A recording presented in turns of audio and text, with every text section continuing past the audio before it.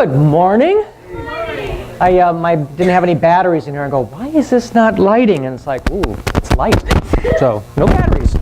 Oops. Somebody slap him.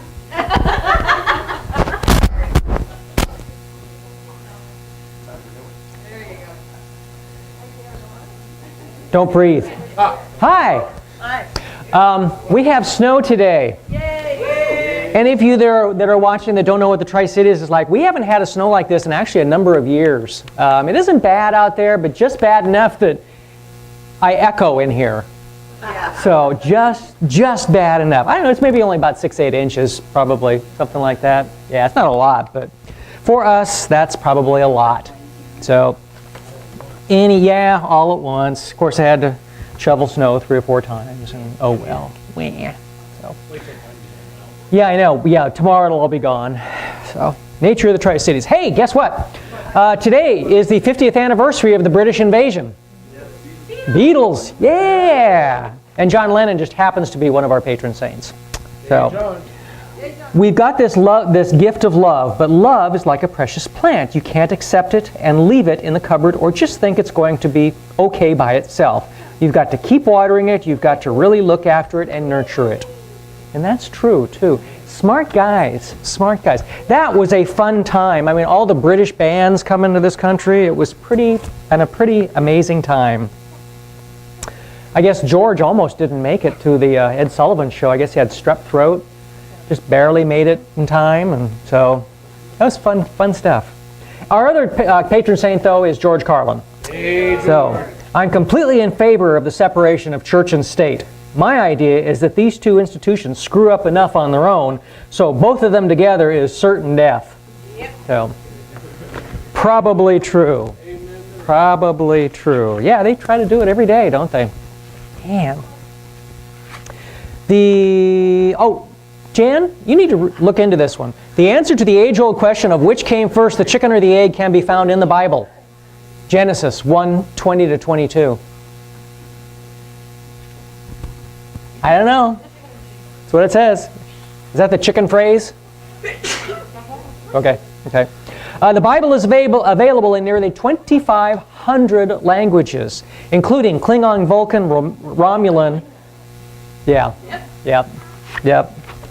Amazing. Absolutely amazing. Hey, we're going to have another auction today for stuff because we're trying to get money together for Toby because she needs stuff taken care of. She needs a surgery and a bunch of other things. So we're giving away raffling off the Fushigi ball, plus lots of other stuff. We've got cookies back there. We've got M&Ms and cups. We've got all kinds of stuff. But if anybody gets this, I get it. If I get this, I will come back next week and show you how it works, because I have no idea. So, all right. I have no idea how it works. There's a video in there. I didn't have time to look at it. If I try to be like him, who will be like me? True. Life is like playing a violin solo in public and learning the instrument as one goes along. And life is like that, is it not?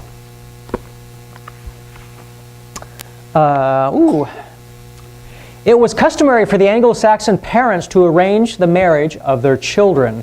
When a suitable match was devised, the couple who were to be married went through a formal ceremony or betrothal. As a part of the proceedings, the bridegroom to-be gave his pledge or wed that he would later marry the girl in question and no other. This early form of wedding only guarantees that they would become man and wife. With the decline of this custom of requiring formal betrothal, the only public promise or wed was made in the actual marriage ceremony. Natural people of that era began to speak of the rite as the wedding. Oh, it's true. Yeah, weddings were like that. So, yeah. Was that a comment about weddings, or? Okay. There's no Betty Rubble in the Flintstones chewable vitamins. Is that true? Is that true? Okay. Tigers have striped skin, not just striped fur. I've never gotten close enough to find out. Do they? Of course, unless you're trying to... So, yeah, I don't know. I don't know. Winston Churchill was born in the ladies' room during a dance. Wow. So there you go. Women blink nearly twice as much as men.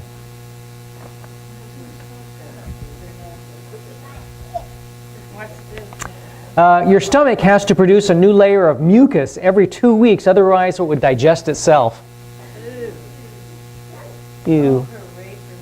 Ew. There, now you know everything. So there you go. You know everything. What's going on here? Oh, Sandra and William couldn't get in today, or didn't come in today because of the snow and all the other stuff. They were out in it last night too long. But they send us the oneness blessing for everyone. And if anyone wants to do the oneness blessing after church, that's wonderful. So, what else is going on? February 9th. Is this right? Today's the 9th? Okay. We started the service off with Qigong. Did you know that? Yeah. Qigong is every Sunday morning. Oneness blessing will not be today. Did you know we had a guest speaker today, Jan? She ended up with a workshop that she has to Oh, okay. So no guest speaker, just our good old favorite Danny. So, and followers of the way, are you canceling that tonight, or? You know, I think we should. Think so?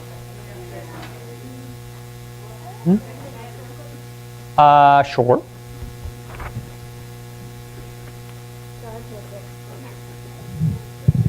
Hello. We're having a play on the 13th and 14th of this month, and it's Macbeth. So if you guys want to come check it out, that's awesome. Who's doing it and where? Oh, sorry. Bad details. Okay. It's 13th, 14th at Kamaikan High School at 7, both days. Cool. Is one of the classes doing it, or is like the cast? Just like... Okay, cool. So who's Macbeth?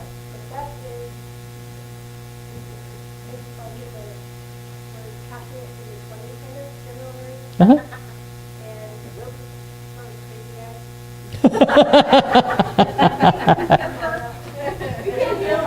Yeah? Sure. Oh, she was just describing Macbeth when it was taking place. So. I just want to share some information. I got an email this week that crashed my system. It was, I believe, Eubanks Mortuary, and it said an acquaintance service was today, and click here for more details. Oops. Don't click. Delete, because my total system crashed. And it's the first crash I've ever had, but all my data's gone, everything. Oh. So be careful of anything from a mortuary. I'm very careful with mortuaries. I don't want to. Yeah. Yeah. Or should we wait? No, go ahead. All right. We're on a roll. We're on a roll. All right. Next Sunday at 1 o'clock, if you would like to make one of these awesome drums right here, I'm having a workshop next Sunday. It's $70. I bring everything. You'll go home with a drum, a drumstick, some how to take care of it and that kind of thing. So if you're interested, I'm going to pass these around and you can sign up. Take one of those, please. And they're going one down each side, so I don't need to, they keep coming to the front, which is awesome, because usually we don't do that. Usually it goes back and then never comes back up to the front. So anyway, so once you go back, if you want one, it'd be awesome. Sign up. I'll be emailing you for the ones that have signed up. Emailing you, reminding you to come. It's a lot of fun. Bye. Thank you, Daryl. You know, anybody that watches this on YouTube, of course, you miss a lot. But you know, we always start here at 10-ish, which actually means usually about 10:15, right around there. But it's like almost 10:30, and just because of the snow and the weather, people are still just kind of coming in. So, hi. Oh, essential oils on Tuesday. Mind shifters on Wednesday. I have to assume that's still going on. The MCC is having a meeting on Thursday at the... Three Flames Mongolia Grill Yep. in Richland. And Yep. just come check it out, have some fun, see what we're all about. Yeah, sounds great. Contact Cinnamon. And then on Friday, the 14th, Valentine's Day. Guys, don't forget. Valentine's Day. Do something. It's Eliza's birthday? Same day. Ooh, how about that? Okay. I'm offended by the Valentine's thing, Uh-huh. and you guys don't forget. Get through. Want to talk to the microphone? You girls don't forget. Exactly. The door goes both ways. It's important to cherish the people we love. So whether you're a guy or a gal, make it count. Make it count. And don't offend me. Okay, I won't. Never intentionally. Lori does all the Christmas shopping, I do Valentine's Day. You know? There you go. It's a fair exchange. Whatever, yeah, fair exchange, as long as it's fair exchange. I tell Phil he should write a book on how to live with a very strong woman. How to be a wise guy, a wise ass, and a wise man all at the same time. How do you do that? The wife. A police officer pulls over a speeding car. The officer says, "I clocked you doing 80 miles an hour, sir." The driver says, "Goodness, officer, I hit it on cruise control at 60. Perhaps your radar gun is miscalibrated." Not looking up from her knitting, the wife says, "Now, dear, don't be silly. You know that this car doesn't have a cruise control." As the officer writes out the ticket, the driver looks over at the wife and growls, "Can't you just keep your mouth shut?" The wife smiles demurely and says, "Well, dear, you should be thankful your radar detector went off when it did, or your speed would have been even higher." As the officer makes out a second ticket for an illegal radar detector, the man glowers at his wife and says through his clenched teeth, "Woman, can't you keep your mouth shut?" The officer frowns and says, "And I noticed that you're not wearing your seatbelt, sir. That's an automatic $75 fine." The driver says, "Yeah, well, you see, officer, I had it on, but I took it off when you pulled me over so that I could get my license out of my back pocket." The wife says, "Now, dear, you know very well you didn't have your seatbelt on. You never wear your seatbelt when you're driving." And as the officer is writing out the third ticket, the driver turns to his wife and barks, "Will you please shut up?" The officer looks over at the woman and asks, "Does your husband always talk to you this way, ma'am?" I love this part. "Only when he's been drinking." Oops. Oops. Hey, let's sing a song after that. Happy Valentine's Day. Happy Valentine's Day. All you need is Da, da, da, da, da. love is all. There we go. And we're going to sing Everyday Angel. I actually remember the song. Isn't that amazing, Mike? We haven't done it in like forever, so it's a pretty song. It's a pretty song. Sing along if you can. Fake it if you have to.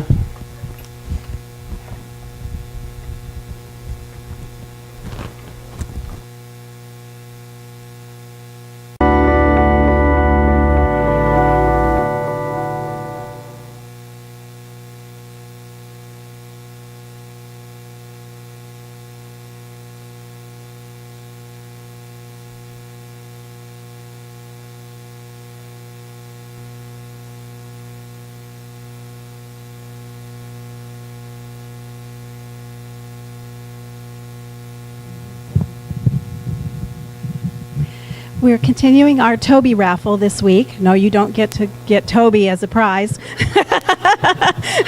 Because if that was the case, I would buy all the tickets. We're still raising funds for her veterinary bill. We got about $270 so far, and we need close to $400 for half of it. So, so I have raffle tickets for sale. They're $5 a piece. And we have lots and lots of prizes today, and there's not that many people here, so Yes, if we can part it from Phil. Yeah.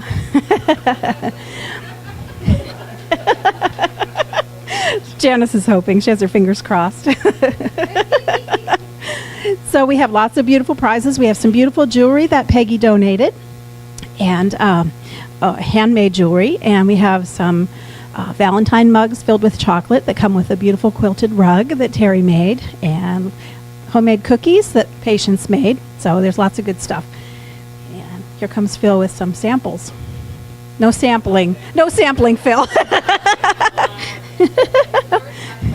was hoping that we didn't have a favorite dozen cookies, so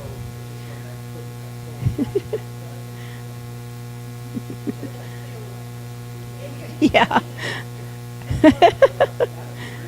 Just be aware if you choose the cookies, you're going to lose a couple because you're going to have to fight off Phil.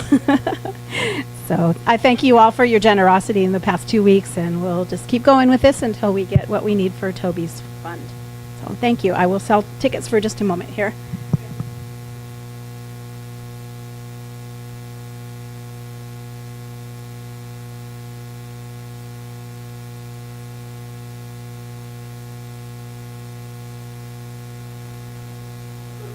I don't know if you know it or not, but our little Toby cat, she's such a precious little thing. She came to us when we first moved to this building, and when she went for her first vet visit, she had a BB in her leg and a string tied around her neck so tightly she could hardly swallow. It was embedded in her skin. No nails, because she'd apparently either clawed her way out of something or whatever. She had no nails left. And she is the most loving thing ever, ever, ever, ever. So she's just such an ambassador for the ability to change and the ability to let love overcome. So she's pretty awesome. Mary has a whole team of people. Someone comes in every day. Someone different comes in every day and spends time with her, makes sure she's fed and watered and all that good stuff. So, you know, that's pretty unique to have a church cat. I don't think I know of any other churches that have a church cat. So you've heard of a church mouse, but she's a church cat. She's an everyday angel, because she can sure be lovey.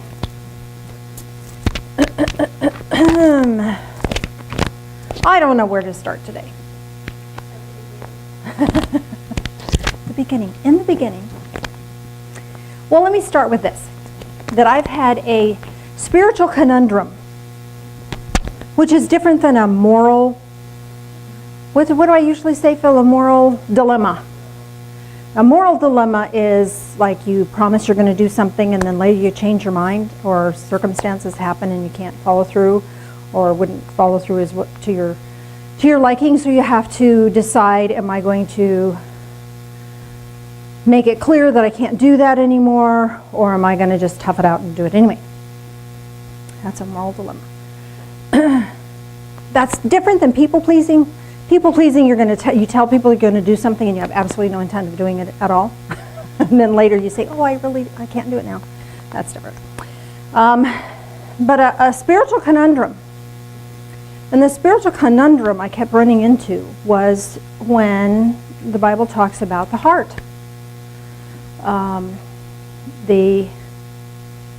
There are passages that say the heart is deceptive, and then we can deceive our heart. And then another part that says that it is with our heart that we love and worship God.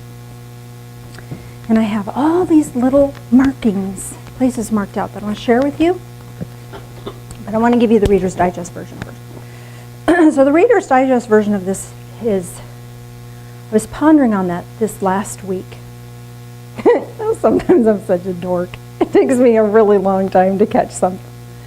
But it occurred to me that the human heart has many chambers. It has 4 chambers. So why can't the spiritual heart have more than one chamber? Because, let me share with you this. Last week we read this passage. That the Hebrews chapter 4, verses 12, talking about the Word of God. and how it can pierce as far as the division of soul and spirit, joints and marrow, and able to judge the thoughts and intentions of the heart. And we also read in Proverbs 23:7, for as a man thinks in his heart, so is he. Okay, so there's interesting things about the heart. But if we look in James,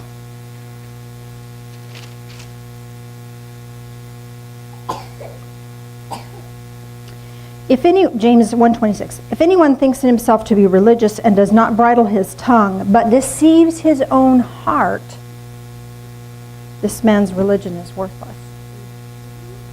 So you can deceive your own heart. So there's thoughts and intentions of the heart, and it can be deceived. How can you trust it? How can you trust it? That's my spiritual conundrum. So, back in 1 Chronicles, verse 28, verse 9. As for you, my son Solomon, know the God of your father and serve him with your whole heart and a willing mind. For the Lord searches all hearts and understands the intent, every intent of the thoughts. If you seek him, he will let you find him. If you reject him, he'll reject you forever until you start seeking again. That's my commentary on that. So this just was a conundrum, a spiritual conundrum for me. But what if there's a part of our heart that can understand and can have intent and the will and willingness? And what if there's the part of the heart that is just feelings? What if they're two separate things? Because here's the deal. Sometimes when I have feelings or my feelings get hurt, I think you should change.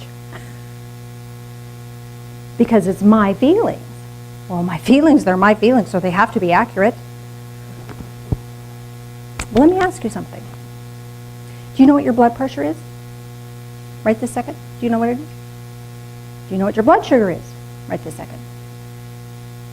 We need outside testing equipment to be able to tell us what's going on internally, physically. And sometimes we need outside things to tell us what's going on internally, spiritually. So what if the feelings part of the heart is an early warning device and lets us know that something is amiss in here? And if my feelings are hurt, rather than saying, I blame you for hurting my feelings, what if my feelings are an early warning device to let me know that I'm not on the right path, that I'm not where I need to be?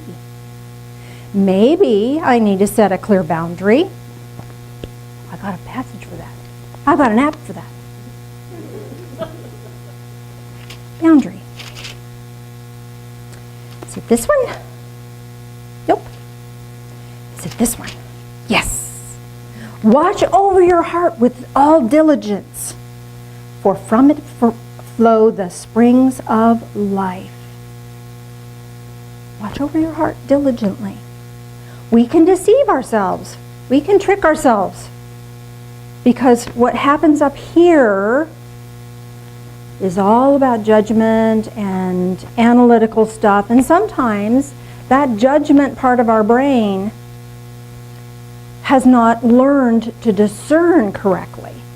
And it's outside experiences that come to us and help us discern. Remember, we were talking about discernment.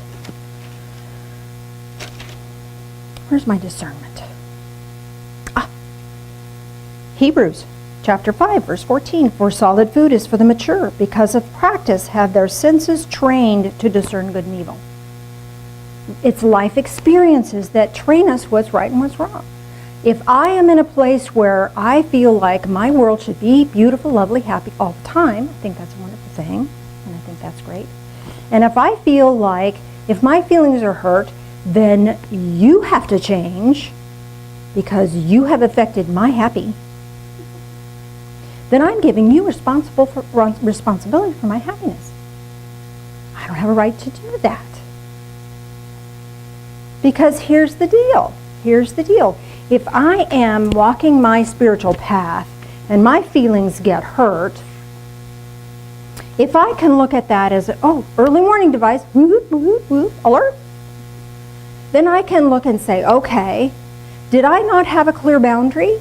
If I didn't have a clear boundary, I need to set one up. Spiritually, the Bible says, guard your heart. Set up a clear boundary. You have a right to do that. You have a responsibility to do that. If someone hurts your feelings and you don't have a boundary up, whose fault is that? It's my fault. Set a clear boundary. And then if somebody steps over it, you can reinforce it, or you can make it clear, you can have a clarification. If someone completely walks over your boundaries, then that's telling you that this person might not be a safe person to be around. And you get to make a new choice about that. My feelings are my feelings. I have responsibility for them. And when my feelings are hurt, I get to look and see what's going on in me. Not place the blame on someone else and expect them to change. That doesn't solve anything. Because guess what? 2 minutes later, somebody else is going to hurt my feelings. Because the person that needed to change didn't. Now, am I not getting a clear boundary? I really need to look at that. And that's really hard for us. It's hard to have a clear boundary because we've been taught people-pleasing skills to survive. Guess what? When my parents told me to do something, I said, yes, sir, yes, ma'am, and did it. And then I do whatever I wanted to after that. No, I didn't. Actually, I was a really good kid. I didn't have any fun at all. No.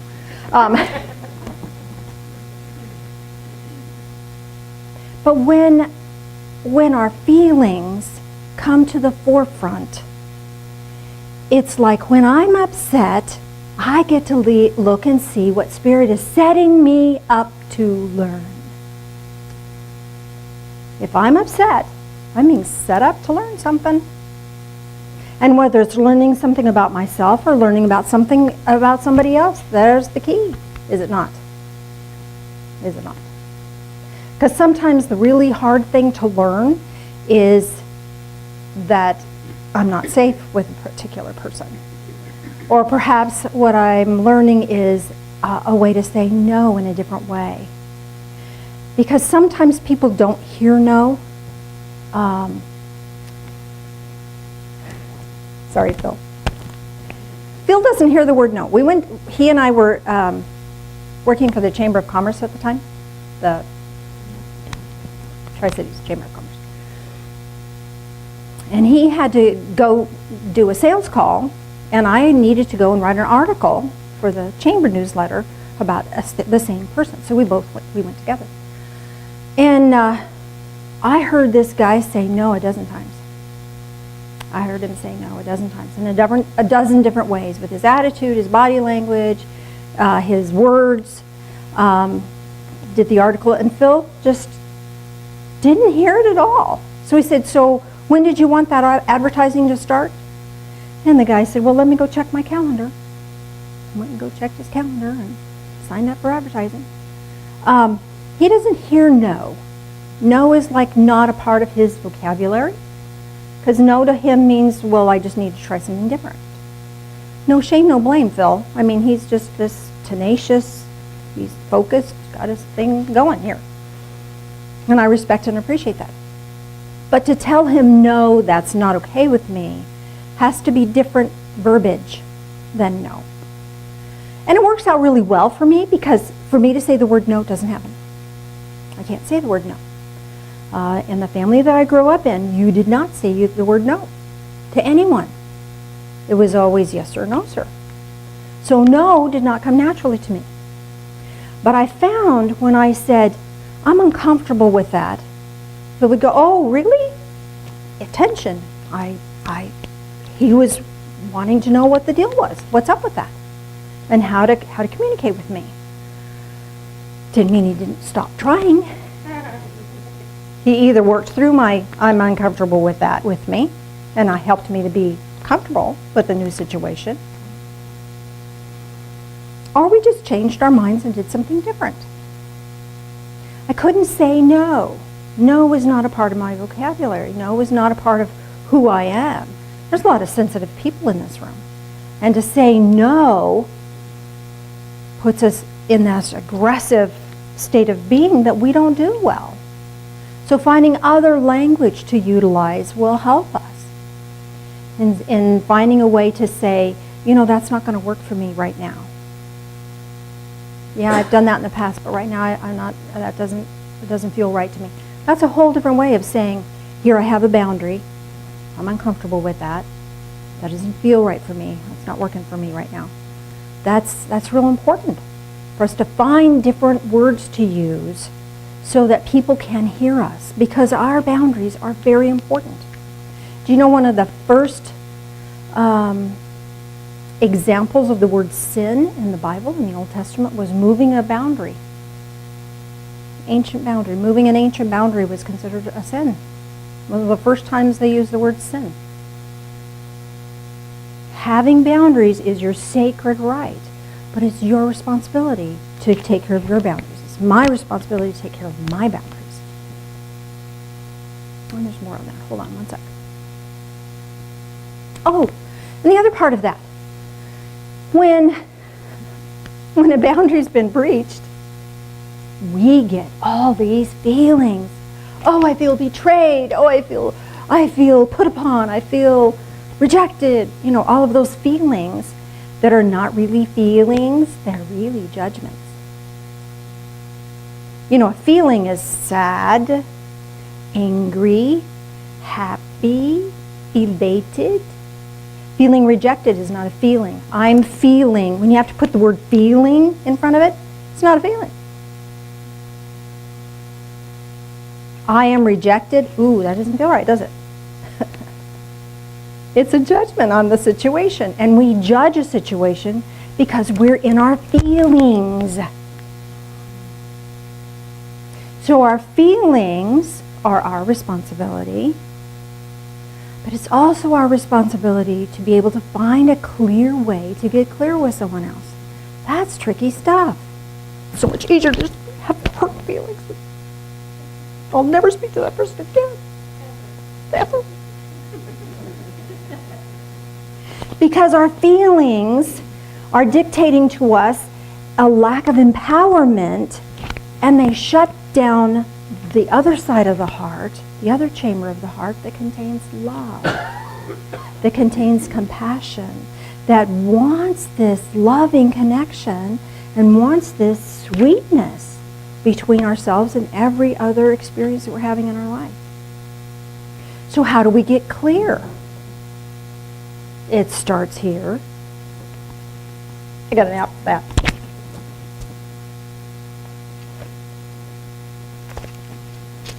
Psalms 51. Create in me a clean heart, O God. Oh, crap. Or as the men would say, poop. It starts here. If I can get clear here, then I can go to someone and say, can I clear something with you?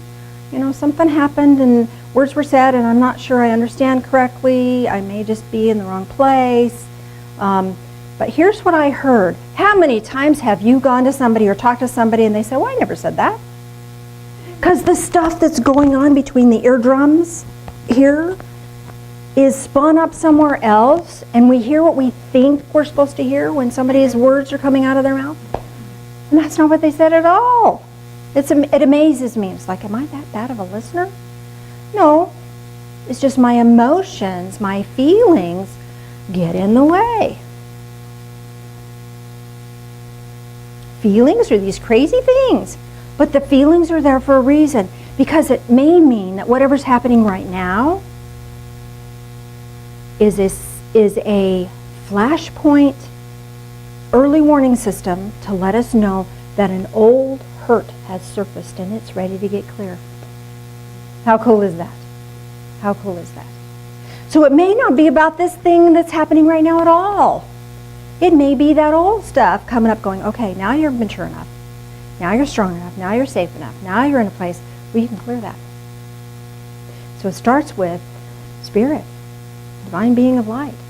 Clear the slate here. Help me have a clear heart. Help me to get out of the feeling chamber and into this compassion chamber. Because when we're in that chamber of love and compassion and light, then I'm more concerned about getting clear with you and having clarity with you than I am about being right or making you responsible for my feelings. Sounds hard, doesn't it? Here's the thing. It's so funny. The hardest part is making the decision. The hardest part is making a decision. We make it so hard on ourselves by languishing and anguishing about something. Oh, languishing and anguishing. That's pretty fun. Languishing and anguishing about something. Then we think ourselves stupid. So then we can't think at all. Just get all caught up in that mess. But when we can move into this other part of our heart, then that loving connection is more important than my ego. That loving connection is more important than having to be right. So how do we do that? That's so hard. It's only hard when we're in our feelings part of our chamber of our heart. When we move into that compassionate state of being, then it becomes urgent to clear, urgent to make that divine connection with someone. And then my feelings can kind of take a back seat. When I'm in the other chamber of my heart, my feelings are everything. And I cannot move forward. Have you ever felt that way? I am stuck. We've been talking about being stuck for a long time, for weeks. Not that we're stuck on it, there's just a lot there. So when we're stuck, we may be caught up in the feelings chamber of our heart. And feelings can deceive us. Feelings can deceive us. I feel you don't like me. Well, who told you that, Janice? That's not true. If I don't check it out with somebody, then whose responsibility is that? It's not your responsibility to walk on eggshells or to placate my emotional tirade. It's my part to get clear. And I'm the responsible one in getting clear with God and Spirit first. Getting spiritually clear first. Because if I'm not spiritually clear, nothing else is happening.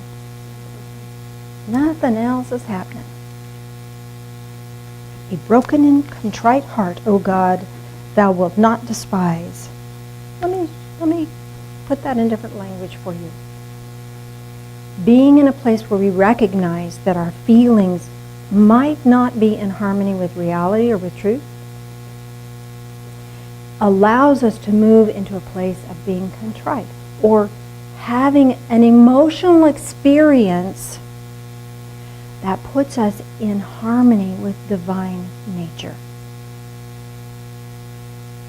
That puts us in harmony with divine nature. Our will wants to be right. Our will wants you to change. My will wants it to be my way. That divine nature, that contrite heart, is that moment when we shift. And we go, you know what? This is not worth getting steamed up about. What's worth getting connected about and being in a place of that loving divine connection. That's what it's about. And when I can be in there, then I can face the music and maybe I said something that I shouldn't have or that hurt somebody else's feelings. Maybe somebody said something to hurt my feelings because I pushed them first. Who knew? I was busy la-la-laing around and not paying a bit of attention to my world and my words and what I was expressing.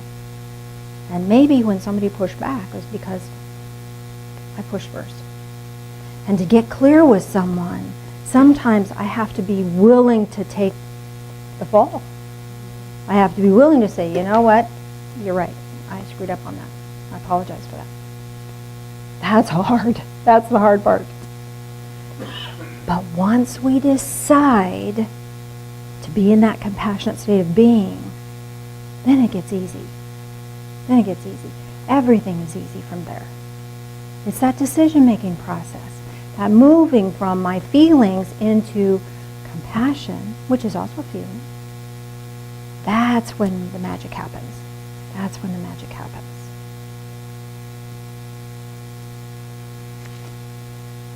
Because then, the path of the righteous is like the light of day that shines brighter and brighter until the full day. And that's just a few verses ahead of the watch over your heart with all diligence. As Psalms chapter 4. Bless you.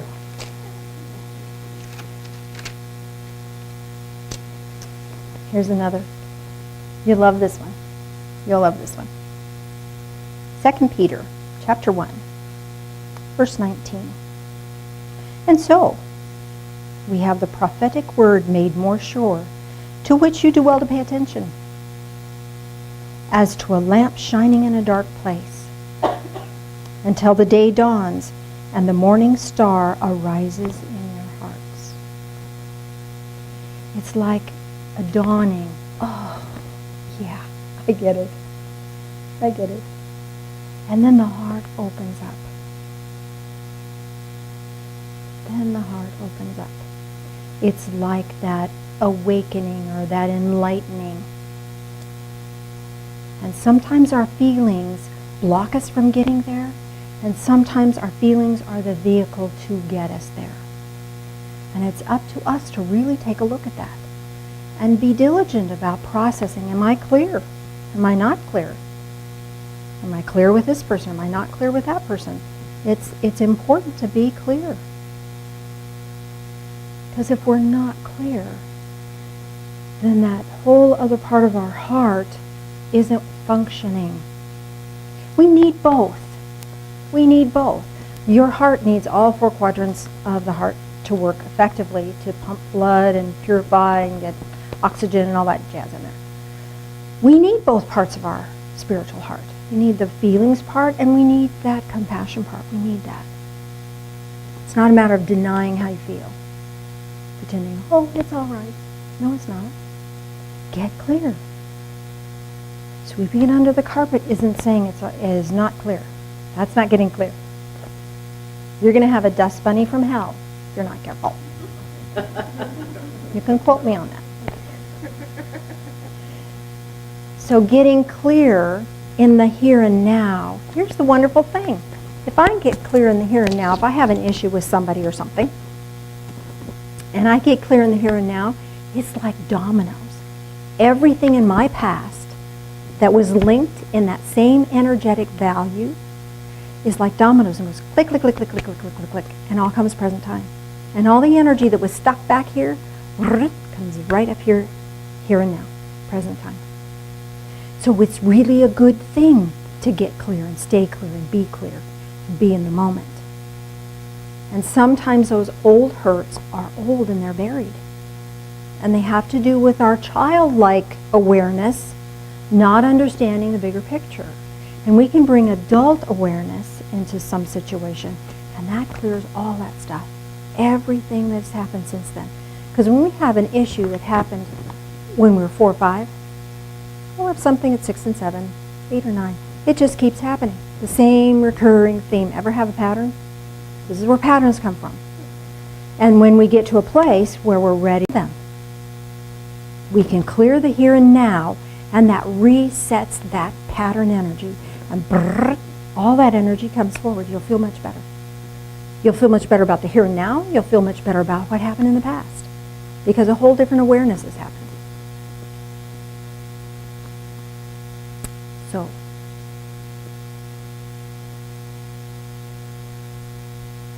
there's like so much more I would like to share with you about the heart space. It's the most powerful tool we as human beings have. And we can look for tools of divination, and we can look for our intuition to be activated, and we can have all kinds of skills and tools that we use.